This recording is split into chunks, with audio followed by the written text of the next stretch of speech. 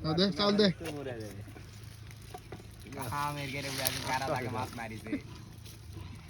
কারা মাছ মারা তারপরে ওই খাড়ার উপরে পাখি হচ্ছে বলবো দাও তাহলে লাগবে না আস্তে দাও লাগা যাবে পোলা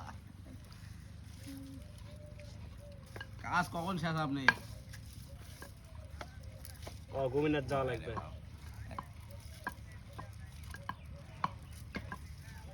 এই পোলা আজকে খাবি গ্যাসের বড়ি খায় এই পোলা খালি আজ খাবি কাজ কাজ শেষ কখন কথা হতে উঠে করছি কি হচ্ছে হাই কোনটার দিকে তাও কটার দিকে খাও হ্যাঁ দোয়া করো